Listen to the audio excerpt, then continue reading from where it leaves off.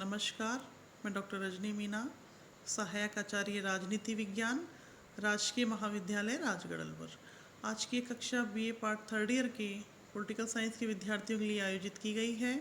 Paper का नाम है रिप्रेजेंटेटिव वेस्टर्न पॉलिटिकल थिंकर्स और आज हमारे अध्ययन का विषय है प्लेटो का न्याय सिद्धांत।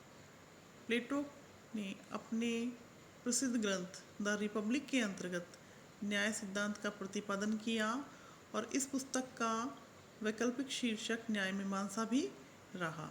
प्लेटो का मुख्य ध्येय आदर्श राज्य की स्थापना करना था और प्लेटो ने आदर्श राज्य को न्याय पर आधारित किया। प्लेटो का मानना था कि आदर्श राज्य वह होगा जो न्याय पर आधारित हो और प्लेटो ने अपने न्याय सिद्धांत के प्रतिपादन से पूर्व तत्कालीन यूनान में प्रचलित न्याय के सिद्धांतों का खंडन किया। उसके पश्चात प्लेटो ने अपने न्याय सिद्धांत का प्रतिपादन किया। तत्कालीन यूनान में 3 प्रकार के न्याय के सिद्धांत प्रचलन में थे। पहला परंपरावादी सिद्धांत, दूसरा उग्रवादी सिद्धांत, तीसरा व्यवहारवादी सिद्धांत। न्याय का परंपरावादी सिद्धांत, इसके बारे में सबसे पहले हम चर्चा करेंगे।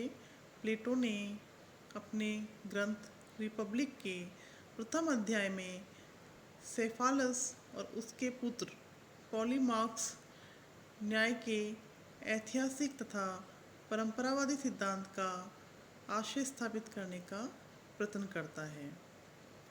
सेफालस का मानना था कि न्याय सत्य बोलने में और अपना ऋण चुकाने में ही निहित है और उसके पुत्र पॉलीमार्क्स का मानना था कि मित्रों के साथ भलाई तथा शत्रुओं के साथ बुराई करना ही सच्चा न्याय है। प्लेटो ने इस सिद्धांत का खंडन किया क्योंकि प्लेटो न्याय को भलाई एवं बुराई करने वाली कला के रूप में अस्वीकार करते थे। उन्होंने एक उदाहरण के माध्यम से इसे स्पष्ट करने का प्रयास किया, जैसे कि एक चिकित्सक चिकित्सा कला से स्वस्थ व्यक्ति को रोगी और रोगी व्यक्ति को स्वस्थ बना सकता है। यदि न्याय को इस तरह कला के रूप में मान लिया जाए तो न्याय के स्वरूप की ही हत्या हो जाएगी। प्लेटो ने न्याय को कला के रूप में भी अस्वीकारा क्योंकि प्लेटो के अनुसार न्याय को अनुभव के द्वारा अर्जित नहीं किया जा सकता, क्योंकि न्याय अल्प ज्ञान का विषय ना होकर वृहत ज्ञान का विषय है और न्याय तकनीक ना होकर आत्मा का गुण है। इस प्रकार प्लेटो ने न्याय को कला के रूप में अस्वीकार किया। न्याय का उग्रवादी सिद्धांत, इस सिद्धांत का प्रतिपादन थ्रेसिमेक्स नामक क्रांतिकारी सोफिस्ट ने किया, जो कि 5वीं शताब्दी की विचारधारा का प्रतिनिधित्व करते थे और उन्होंने 2 संकल्पनाएं प्रस्तुत की। पहला, न्याय शक्तिशाली का हित है। शक्तिशाली व्यक्ति अपनी स्वार्थ पूर्ति के लिए जो भी कानून बनाता है वही न्याय है। दूसरा, अन्याय करना न्याय करने से अधिक अच्छा है। बुद्धिमान व्यक्ति अपने हित में कार्य करेगा और दूसरों के हित में नहीं, इसलिए वह अन्यायी हो जाएगा। फलतः अन्यायी व्यक्ति न्यायी व्यक्ति से अच्छा हुआ। प्लेटो इस सिद्धांत का खंडन करते हुए स्पष्ट करते हैं कि प्रत्येक वस्तु का अपना एक निश्चित कार्य तथा गुण होता है। जैसे आँख का गुण है देखना, कान का गुण है सुनना, उसी प्रकार से आत्मा का गुण है उत्तम जीवन का यापन करना। यदि आत्मा अपने धर्म न्याय में जीवन से विमुख हो जाएगी तो वह स्वस्थ आत्मा नहीं रह सकेगी। इस प्रकार प्लेटो ने उग्रवादी सिद्धांत का भी खंडन किया।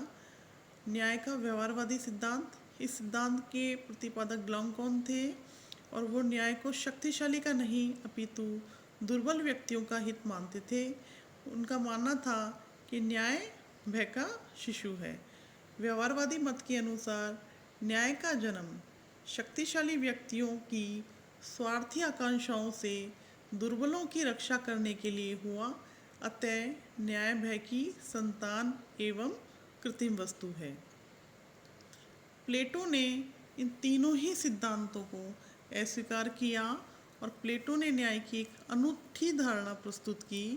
प्लेटो ने न्याय को मानव आत्मा का आंतरिक गुण माना प्लेटो कानून और न्याय को समझौते पर आधारित किसी भी प्रकार की बाह्य वस्तु नहीं मानते थे। प्लेटो के अनुसार राज्य व्यक्ति का ही वृहत रूप है, इसलिए राज को समझने के लिए व्यक्ति की प्रकृति को समझना पहले जरूरी है। प्लेटो के अनुसार मनुष्य की आत्मा में 3 प्रकार के गुण होते हैं। पहला ज्ञान, दूसरा साहस, तीसरा संयम। प्लेटो ने 2 प्रकार के न्याय की स्थापना की। उन्होंने व्यक्तिक न्याय और सामाजिक न्याय की स्थापना की। प्लेटो का मानना था कि प्रत्येक व्यक्ति के अंतर्गत 3 प्रकार के गुण होते हैं: विवेक, साहस और संयम। तो कुछ व्यक्ति ऐसे होते हैं जिसमें विवेक नामक गुण की प्रधानता उनकी आत्मा के अंतर्गत अधिक होती है। कुछ व्यक्ति ऐसे होते हैं जिनकी आत्मा में साहस नामक गुण की प्रधानता अधिक होती है या प्रधानता होती है। तीसरा, कुछ व्यक्ति ऐसे होते हैं जिसकी आत्मा में संयम नामक गुण की प्रधानता होती है। प्लेटो का मानना था कि अलग अलग व्यक्तियों में अलग अलग तत्वों की प्रधानता होती है, जैसे ज्ञान, साहस, संयम, ये अलग अलग मात्रा में विद्यमान होते हैं। लेकिन कुछ व्यक्ति ऐसे भी हो सकते हैं जिनकी आत्मा में ये तीनों ही गुण एक उचित समन्वय में पाए जाते हैं।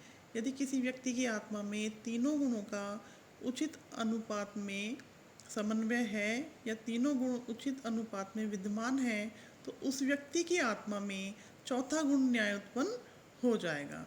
इसी प्रकार प्लेटो व्यक्तिक न्याय के आधार पर सामाजिक न्याय की स्थापना करते हैं। प्लेटो का मानना था कि जिन व्यक्तियों की आत्मा में विवेक नामक गुण की प्रधानता होती है, ऐसे व्यक्तियों का समूह शासक वर्ग का निर्माण करता है। कुछ व्यक्तियों की आत्मा में साहस नामक गुण की प्रधानता होती है। ऐसे व्यक्तियों का समूह सैनिक वर्ग का निर्माण करता है। और कुछ व्यक्तियों की आत्मा में संयम नामक गुण की प्रधानता होती है और ऐसे व्यक्तियों का समूह उत्पादक वर्ग का निर्माण करता है।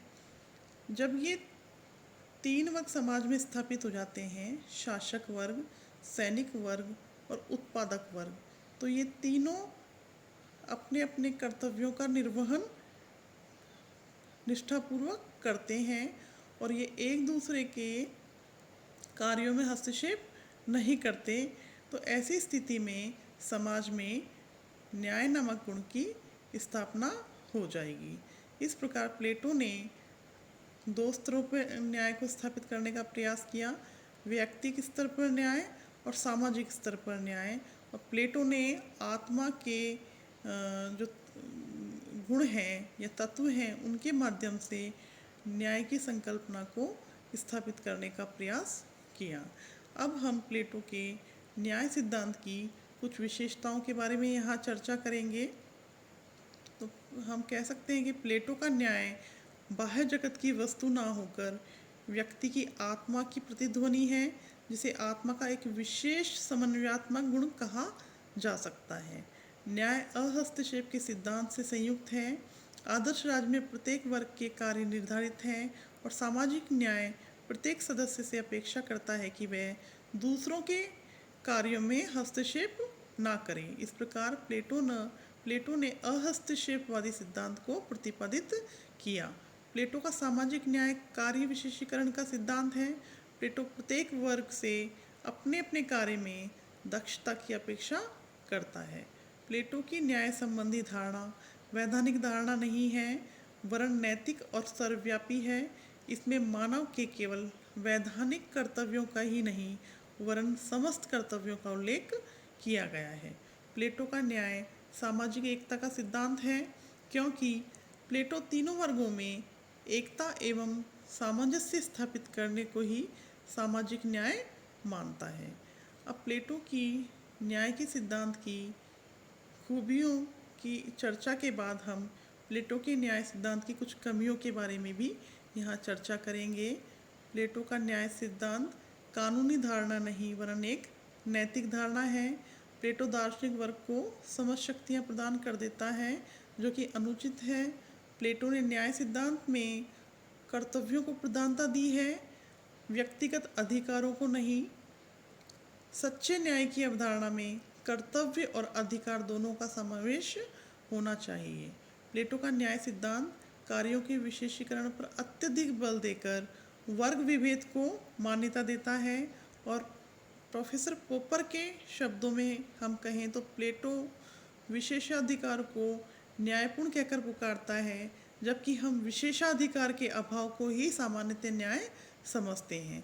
इस सिद्धांत का सबसे गंभीर दोष यह है कि यह दार्शनिक राजाओं के निरंकुश शासन को अनिवार्य मानता है और निरंकुश शासन जिसके ऊपर कानून की अथवा लोकमत की कोई सीमाएं ना हो भ्रष्ट हुए बिना रह ही नहीं सकता, भले ही ऐसा शासन बुद्धि से संपन्न दार्शनिकों के हाथों में ही क्यों ना हो। इस प्रकार हम देखते हैं कि प्लेटो की जो न्याय संबंधी धारणा थी उसमें कुछ कमियां हैं, किंतु प्लेटो ने न्याय को आत्मा के तत्वों के माध्यम से स्पष्ट किया और ये एक बाह्य धारणा, कानूनी धारणा न होकर एक आंतरिक धारणा थी और ये राज्य की एकता को स्थापित करने का प्रयास करती थी। आज की कक्षा में यहीं तक। धन्यवाद।